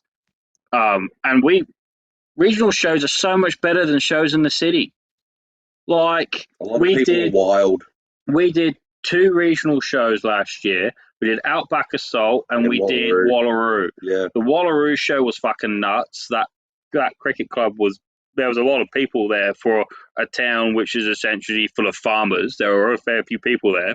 and Outback Assault in Mildura sold out. Oh yeah, it's so we had to. There's 150 cap We kind of set that up on with tickets. There was a 200 Yeah. cap venue. we and had it to sold out we had to in the middle of butt fuck nowhere. we had to ask people, like, they were like, oh, what's going on, let me buy a ticket, and then we had to turn them away because it was that packed. Yeah. But like, And this that's is in how- Mildura, this is in Mildura, so middle of nowhere. that's how we knew It's actually that. in Merbein. It's just Yeah. outside Mildura. Yeah, we knew we were dealing with something really well with the, like, Outback Assault. Was we're working the door after we played and also doing merch. We had to say no to a heap of people because the cap was already gone and there was Yeah. so many people there. Yeah. It was nuts. Yeah, we actually had to put on the back of. We took the ticket list. I had to flip it over, write sold out, and stick it on a door on the front, so that people knew that it was like Really? it's the only show we have played that sold out. But we played a few shows in Adelaide, like some cool shows. Don't get me wrong, but the country towns just, I don't know, the people just come out for it. I They think it love must it. be something in the water. Yeah, they just really enjoy it. And even from what I've seen from Port Augusta get a good turnout as well. So that's what we kind of want to do, is start pushing more regional. And Smoke and Ruins tour is Nor and G-Bop coming together to help each other achieve our goals. Nor want to play to a lot of people. We want to go and play more regionally, again, to a lot of people. Especially- so we're working together to make Yeah, that it's happen. two different ends of South Australia. Like, we're not down the very bottom of, like, near Murray Mouth or whatever. We're not Mount Gambier. We're not, but it's basically like CBD South Australia, with like the furthest point of South Australia coming together and making a tour supporting the local communities. Supporting local bands, supporting each other. And even the Adelaide show, we've got Rex Society, who are like basically a brand new punk metal band. And then we've got, again, as I said already, we've got Alter Drive. They're a fairly big band in Whyalla, but they haven't made too many trips outside of the Triangle area, the Port Pirie, Port Augusta, Whyalla. They haven't travelled much outside that. So again, we're pulling them down to Adelaide as well to be like, yeah, here, play Adelaide, start getting your foot in the door, and we'll work with the local promoters to make sure that they come out and they check out all of these cool bands that are regional, to bring them down when they've got their own festivals or shows that they're wanting to put on. And we also want to like support the local metal fans that are up there that have to travel so fucking far for a metal show that's in the Adelaide CBD. We want to be like, here, there's a metal show right in your front door. Come and watch us. Yeah. Bang your fucking heads and just come and have a fucking good time. Oh. So that's what we've got going so far in 2026, is a fair bit of regional stuff going on. We hope to get a couple of Adelaide shows in. We'll see how we go with that. Maybe a few, like, if we have the It'll time. be later in the year, I think. Yeah, if we have the time, obviously, and the money, go somewhere out of Adelaide, but it's out of SA. Yeah, out of SA. It's just like, we just got to sort out the time, the money, but yeah, we keen to try and one up ourselves from last year. Yeah.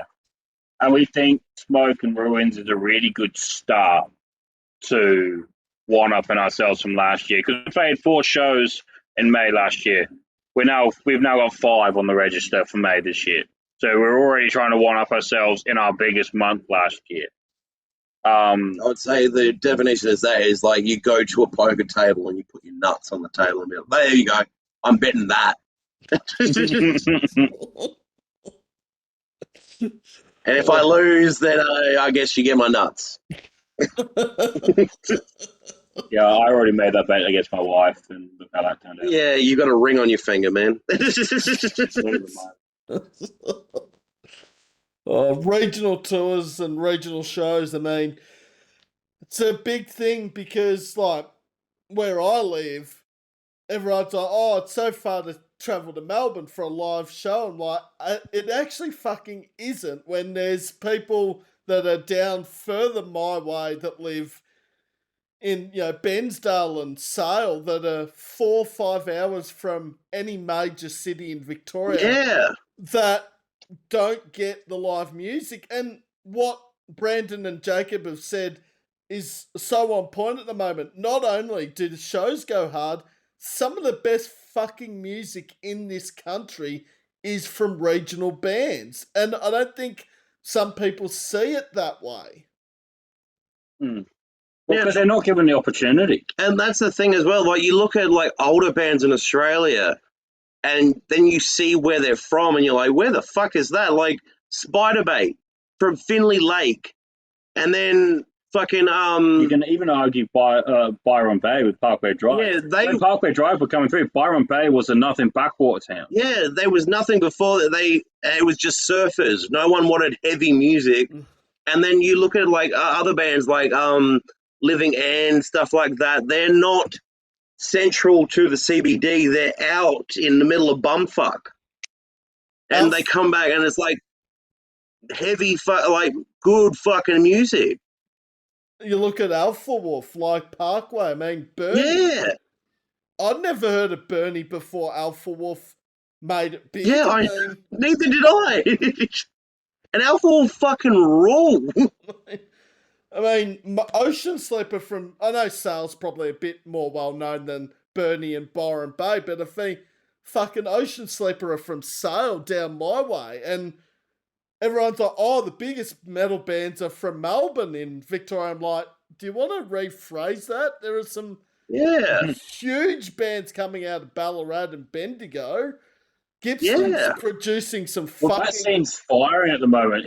When we go back to Victoria, it'll either be for a show at Mildura, because Mildura fucking pops off, or it'll be Bendigo or Ballarat. Like, because I've just seen that scene is firing at the moment. They got some good venues there. They put metal on week in, week out, reliably, and they're fucking See if we can make it. a fucking show simply going to Victoria. See if we can make a show down Sam's way. Yeah, make that happen. Yeah. Won't be too hard. Maybe get some Victoria bands, maybe some South Australia bands. Find an RSL or a pub. Yeah. I like the sound of that. I'd probably travel to Melbourne even to see Greedy again, or Bendigo, Ballarat easily. It's not that far. I've got Rellos down in Ballarat, so that won't be hard to find somewhere to stay. And that means we can pan for gold in Ballarat. Oh, it's Sovereign Hill, yes. Yeah. But also, I know we'll probably go on investment. We'll probably get 30 cents of gold, but we still pan for gold. It's 30 cents in G-Box back pocket. And make sure you pack everything if you come to Ballarat, because it's fucking cold in winter down there. Yeah. We could also, I was thinking we could even, do a little vlog ski at Cryle Castle. Cryle Castle, wow. Yeah. Oh, I guess if we're heading out that way, we could go. We could drag Dean to what's that, Asylum? No, he refused to do a ghost tour at I think it's J Ward. Yeah, that's the mental asylum at Ararat. What is it? He said, he goes, I don't believe in ghosts. I don't believe in ghosts, but I don't want to fuck with them. But at the same time, but I've always wanted to go to a ghost tour there. So if we do, you might see some G-Bob vlogs doing a ghost tour. I still think we need to do a ghost tour at Ward D and just take a life-size cutout of Dean when he's absolutely pinging after that show, that photo we got of him. Yeah, no, I think we get a life-size cutout of Dean and take him around. It's like Dean's here in spirit, since the spirits would like him that way. I'd love to see that vlog of G-Bop around Victoria, the ghost tour. I like the sound of that. That sounds, they'll get some. The Bop tour. We try and play to people that aren't there. And all we get is just scratches. They're there in. And then we go, I think it's about time we leave. I'm getting hurt. This this is the last song, mosh away, you know. And we just get a can thrown at us, and we're like, do we know who did that? No, it was no one. Okay, we're out. Oh, all right. Well, I've only got 2 questions left. Fuck, I can't believe we've been talking for nearly an hour and a half. Nearly, fuck. Oh shit, we just been shooting the shit. Yeah, mate, you don't. Yeah, all right, mate. All right. I have a tendency to ramble on. Don't worry. If I get on a subject, it won't be ended in 5 minutes. Where do you see yourselves in 5 years' time as a band? Playing shows in Adelaide. Well, obviously. What I hope in like 5 years' time, we have a very good studio recorded album. I hope especially this 5 years, I hope to try and play, for me personally, I don't know about Brandon, every single capital of Australia. I'd agree with that statement. Yeah, I think Even if we also get New Zealand as well, like Auckland and stuff like that. I'll go to New Zealand before Japan.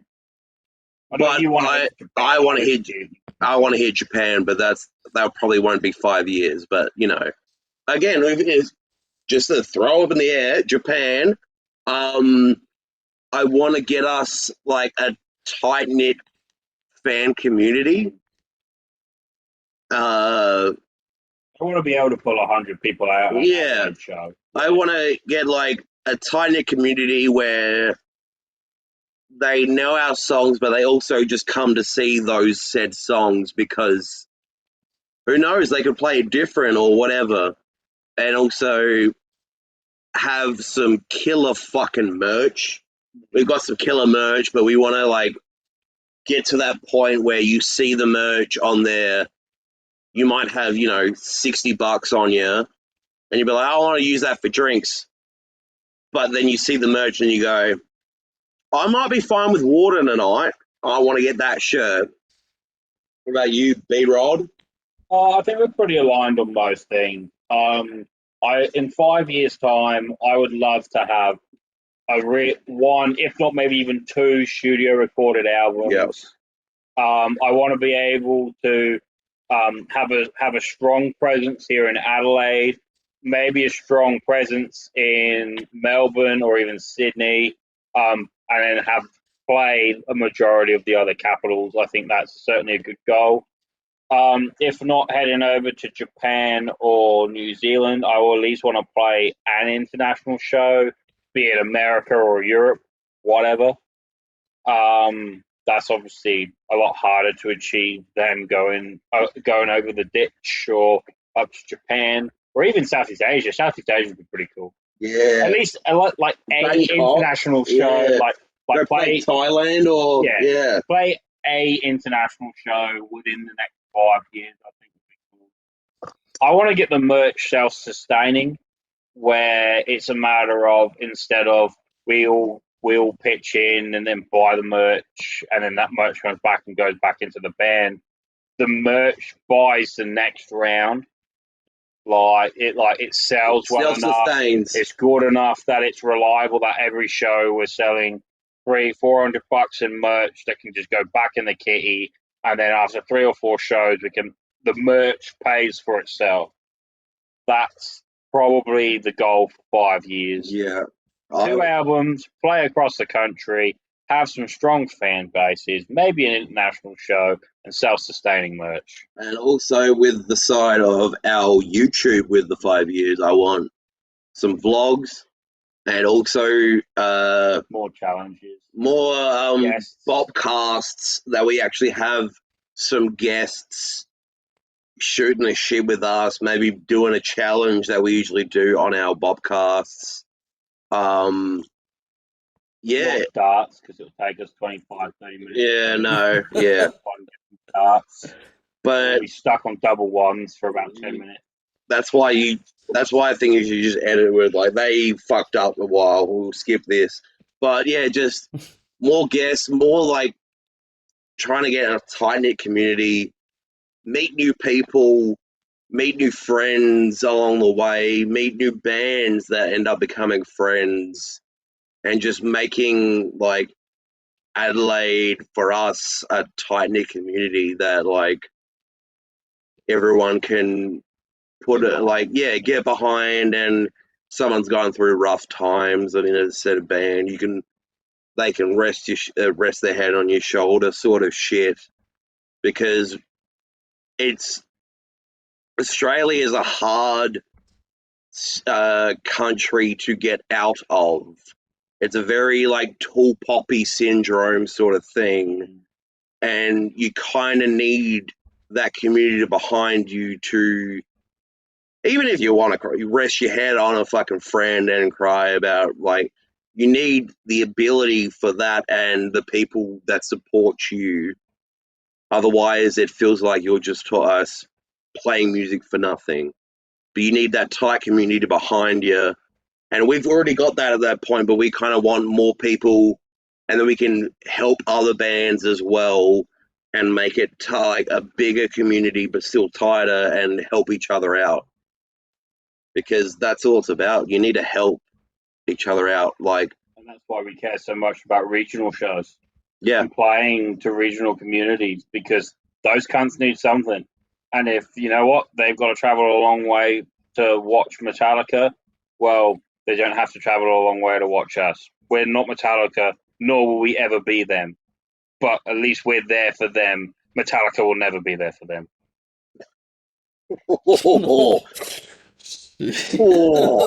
Please don't make a feud with Metallica. Lars will sue us for bad mouthing Metallica. Unless we change our name to Napster, then obviously he will sue us. But yeah, I think it's just all about doing what we want to do with like the albums and touring and all of that, but also making a very tight knit community, because you kind of need that. And none of this us against them shit in the scene. No, No, never that. No. Why? it's us against Taylor Swift. Well, Yeah, it's us against that poppy bullshit. The fucking stupid ass fucking modern mumble rap that thinks it's fucking amazing, and actually they can't even speak English. Yeah, all right, buddy, all right. But that's the thing. Adelaide back in the day used to have such a big metal scene, and now it's gone very underground, and you kind of need the metal bands that are coming out to have a tight knit community that we had back in like the early 90s and stuff like that. You kind of need that, because otherwise maybe some certain bands might feel like they're not doing enough to get this attraction where they should just be being themselves. Metal's more popular than ever, but local metal isn't supported. Yeah.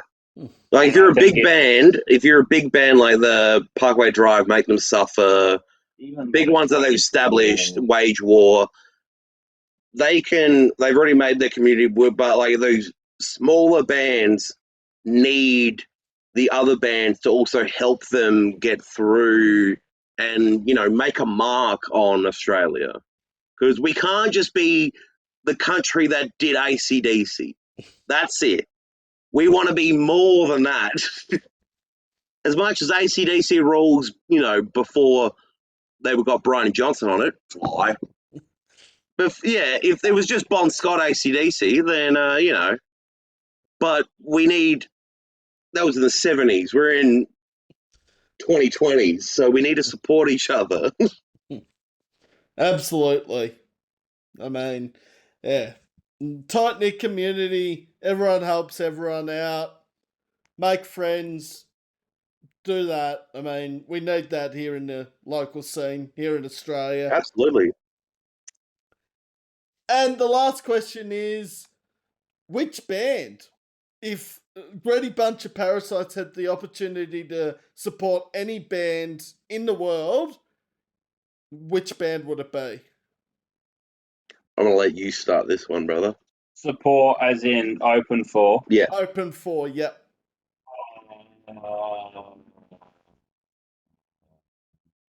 Lamb of God. I'd love to open for Lamb of God. That'd be sick. I think we fit in really well with them too. Or Sepultura. Or like Max Cavalera. Max doing Max things. Any Cavalera band. Yeah. Hey, if Max is in the band, if that band. Or Lamb of God. Either Max Cavalera or Lamb of God. Pretty fucking That's good my choices there. I would say Iron Reagan, because they've just come back. Or I've got DRI as well. That'd be a good one. Or this is just shooting the biggest shot of all time, Pantera. Just open for Pantera.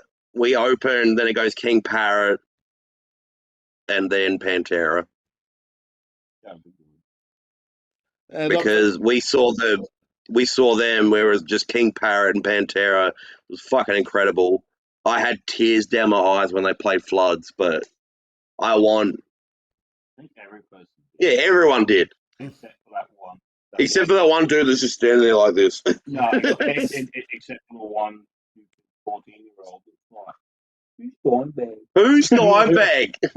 I know Vinnie Paul. But no, Who? it would be Iron Reagan, DRI, or Pantera for me. Yeah. solid bands there, and you never know, like some of the local bands here, like King Parrot, for example, playing with Pantera. There's been some really local bands that are getting big support slots at the moment, which is awesome to see. Yeah, didn't Hidden Intent open up for Testament? I think they opened Testament, they opened Sepultura as well. Yeah, so Hidden Intent are getting around. yeah, that one, those are killer slots. There's That a few other big bands they've opened for too. Yeah, I think Vector was one of them. Yeah, I think Yeah. so. Well, they're playing with is it Warbringer? Yeah, Warbringer, there's another one, yeah. Obviously, they're touring with Mortal Sin at the moment. Yeah, Mortal Sin is another one that's You're probably very familiar with. yeah, Mortal Sin, that's a good fucking band as well. Yeah. That would even be a good one to open up for as well, Mortal Sin. I don't think we'll ever land that because No. we're not thrashy enough for that crowd. Yeah, but who gives a shit? We like drop tuning too much. Yeah. Mixed gigs, that's another topic of discussion. I like the idea of mixed genres on lineups. I think it works. Like, there should be more of it, honestly. There's some. See, it's funny you say that because a lot of people like the idea of mixed gigs, mixed gigs, and it worked for Sound Search. But Realm of Thorns struggle with mixed genre shows. They don't get as big a turnout as if they go like all death metal or all black It metal. works in their favor though. It's. I think it depends what you're doing. Once a show reaches a certain size, I think mixed gigs is great. If you've got 5 or more bands, mixed gigs are perfect. 4 or less, you kind of want to be siloed. That's my personal opinion on that. Now this is the question, like just to throw in sort of thing, where it's I'll ask obviously Brandon first. Australian bands you would want to turn out play with again, or whatever. Again, play with. Because my first one, I'm wearing it, Kimura. Oh, Kimura are fucking sick. Have you checked those cunts out yet? I've heard the name, but I haven't actually checked them out. If there is a band from Perth you need to listen to, it's fucking Kimura. Yeah, we played with them with Realm of Thorns, and when they played Unit 3. Yeah, they played Unit 3 down our way. They are like tight metal, and they're also the nicest fucking dudes as well. So nice, yeah. We ended up like one of our shows, the dude running the show found out that it was only like the sound dude was getting there half an hour before sound check, and then the band had to play. Oh, So shit. and yeah, so and then Chimera, which they were like, they weren't headliner, were they? They were second to it. Yeah, they were second to it, and they were already there with us, like before anything happened. Lead singer just looks at us and go, "Want to go get a beer?" We went, "Oh yeah," and then we ended up just having some beers with them, and they're the nicest fucking people. The first time we saw him was down the road at Unit 3. I checked them out, so I kind of knew what was coming. And I said to the boys, you need to get your asses to Unit 3 for the pre-show, because it's Bloodsack last year, Bloodsack 2, the pre-shows. You boys need to get there. Well, they got there, and then I knew what was coming. And then the frontman gets up on stage, is disgusting gutturals, the most disgusting fucking riffs you've ever heard. And they're just like, the whole time, just stank face in the corner. It was like it was like, what the fuck? They're just so good. It was They're like so we good had a live. stroke. We just sitting there like, what the fuck? Yeah, they're so good, man. That's another band. Sam, if you were to see a band that could even be just not around, like broken up or whatever, or don't do it anymore or whatever, what would be a band that you would love to see down your way? I love that question, and it's actually a lot harder than I thought it would be, because nearly all the bands I've wanted to see, I've seen in Gippsland due to Unify that used to be about. Like I've seen Parkway, seen Architects, Straight from the Path, all those bands. The band I would love to see, and I am so annoyed that I missed them when they were in Gippsland a few years ago, was Alpha Wolf. Because they were actually playing in Traralgon, which is about 45 minutes from where I live, in 2019, I believe it was. And I'm just like, Alpha Wolf were in fucking Traralgon? It's like, and that would have been just before they released their, I think, A Quiet Place to Die. Yeah. And that album fucking rules. That's one of my favorite albums of theirs. I fucking love that album. That's the album that got me into Alpha Wolf. When I heard like Akudama and that, I'm just like, I'm sold. Here we go. Yeah. But also, I think, yeah. Also, In Art's Wake are playing in Gippsland in a couple of weeks, which I'm shit for. And I never thought I'd say I'm seeing Red Hook, Headwreck, and In Heart's Wake in my area on the same lineup. I'm just like, how much are tickets? I don't give a fuck. I'll pay whatever. It's like $85, mate. Got it. Yeah, already. Before you said the price, I've already got it down here. Because In Heart's Wake. I mean, that last album with The Flood and Orphan and all those other tracks on it was just insanely good. Yeah, I've got to check that last album out, because I've just been stick with the same bands that I fucking love, like Dwarves, Typo Negative. Still listen to all of that same shit. What are you doing, Peanut? I'm checking the wife, making sure she hasn't killed my daughter. Oh, well, it's so muddy outside, man. Yeah. Well, Jacob sort of started the question asking already, but now is the actual time officially that Brandon and Jacob have the floor. You can ask another question. Jacob coming earlier. I haven't heard of that before. Sorry. Yeah, now's the opportunity, as they say. Go on, Brandon. When are you coming to Adelaide? You keep going to Melbourne, come to Adelaide. Adelaide's much better than Melbourne. Well, thankfully you're talking to a regional person here in Victoria. Look, it is on my radar. I keep saying that I want to get interstate, but trying to get time off work is easier said than done when I'm a casual worker in hospitality. But I do want to get to either South Australia or New South Wales in the next year or so, because Got a lot of friends up your way. Heaps, actually. You should go to Bloodsack. Yeah, blood sacrifice. Yeah, Bloodsack 3. That'll be June. June. I reckon it's going to be quite a Yeah. month where I work. So who's playing that, or it hasn't been announced yet? It hasn't been It's never announced been yet. announced, but it's going to But- be like the last one. We played the last one, and the lineup was killer. There's Yeah. always going to be a killer lineup. And yeah, the lineup was crazy on the last one, and even like early on in the day, the lineup was nuts. And that was before you got to the final 6, which was like the final 6 was like Cunt Squad, Hidden Intent, Yeah. Hell Machine, Headbore. Headbore. Like it was fucking like the end was killer. So this year will probably be just as good, I'd imagine. So Bloodsack 3, that'd be one I'd wrap your ears around. Because a couple of years ago, I had thought of going to Froth and Fury 2023, I think it was, with, who was on that? Was that Suicidal Tendencies? Or was that? No. Or was that Ailstorm? Hailstorm. Yeah, Ailstorm was on that. Mirrors. Who else was on that? I need the lineup in front of me. I think Hidden Intent would have been on. No, it would have been King Parrot. King Parrot were on that.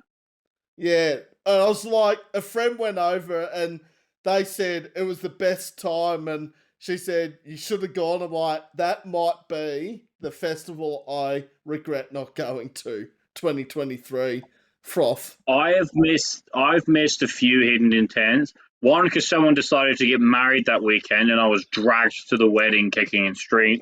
Froth and Fury. Froth and Fury, yeah. And then the other one was because I decided to go and watch VH drive around in a circle really fast instead. But like, and I missed the first one because it was COVID and I wasn't going out at that point. Froth and Fury has to be one of the best festivals of the year. Yeah. It, in all seriousness, rivals Soundwave.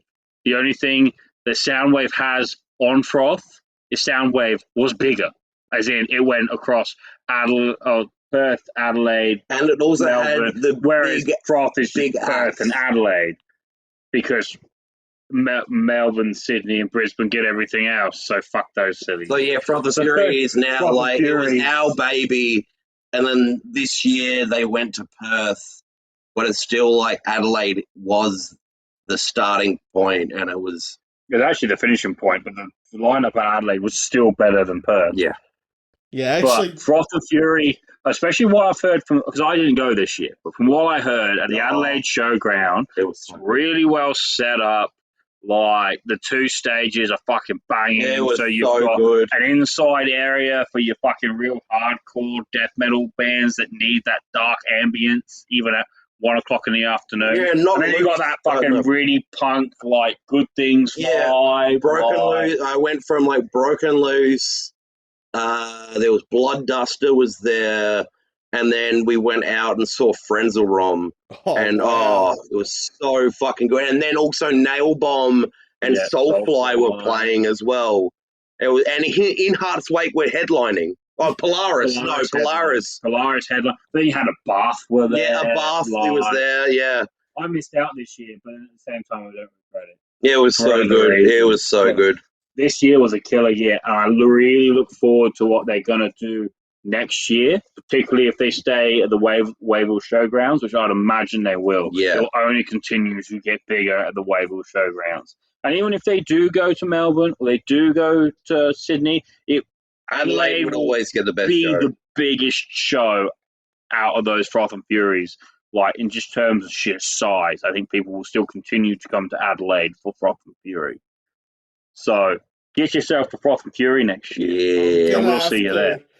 Yeah. I think I'm just going to have to say, fuck it, I'm going next year. Yeah! You're going to have to, man. I'll just put in leave and come over, fly over, whatever I'll do, but might make a weekend out of coming to Adelaide. You're going to need to make a weekend out of it because you're going to be pretty sore on Sunday. Yeah, I could imagine so. But no, I do intend to travel interstate sometime in the near distant future. Yes. Bang it. Yes. You got a question for the man. I've already said my question. Which question was that? Well, I already blew my load before the question. Oh, yeah. That's right. I wasn't listening. Yes.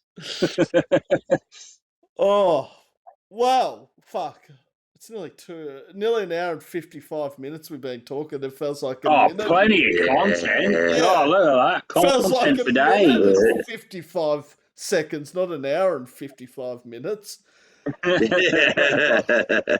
But like all interviews, I hate the end because it's like your music.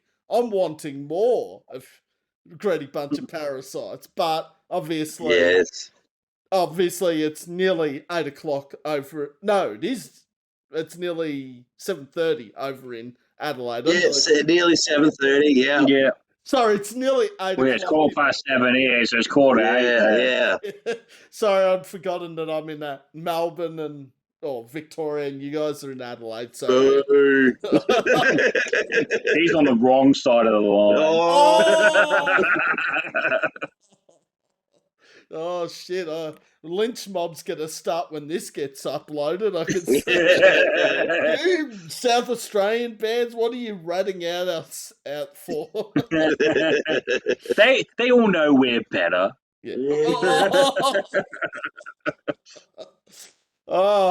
But Brandon, Jake from Greedy Bunch, this has been a lot of fun. I'd have you guys on again in the future. Fucking oath. Love for us to have us. It would have been We'll fun. have to see if we can squeeze Dean in. Yeah. When he's not doing drive-in, drive-out work on an island somewhere. Yeah. Yeah, it should be fun. Keen to actually watch this and see how much of a fuckheads we are. Oh, we're fuckheads. Yeah, I know. can promise you that. Wait a minute, the band or the host? I think the host has been a bit of a fuckwit tonight as well. No, I was meaning.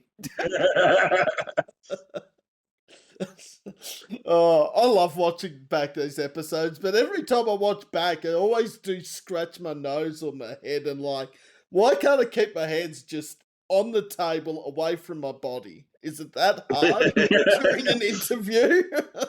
There's worse things you could be scratching, to be fair. Yeah. Fair And point. everything it cuts off down here, so you could be doing anything down here. Yeah, well, obviously I'm not, thankfully.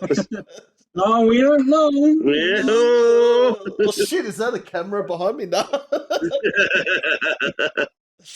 Oh. But anyway, it's been a fucking pleasure. Thank you for having us on. Yeah, thanks for having me on, man. It's always good fun. Nah, I'll have you guys on again, and you will get this episode at some stage tomorrow. And yeah, you'll see your music at the top of the Spotify playlist tomorrow as well. There's a lot of other South Australian bands on that lineup. A few we mentioned in there, obviously.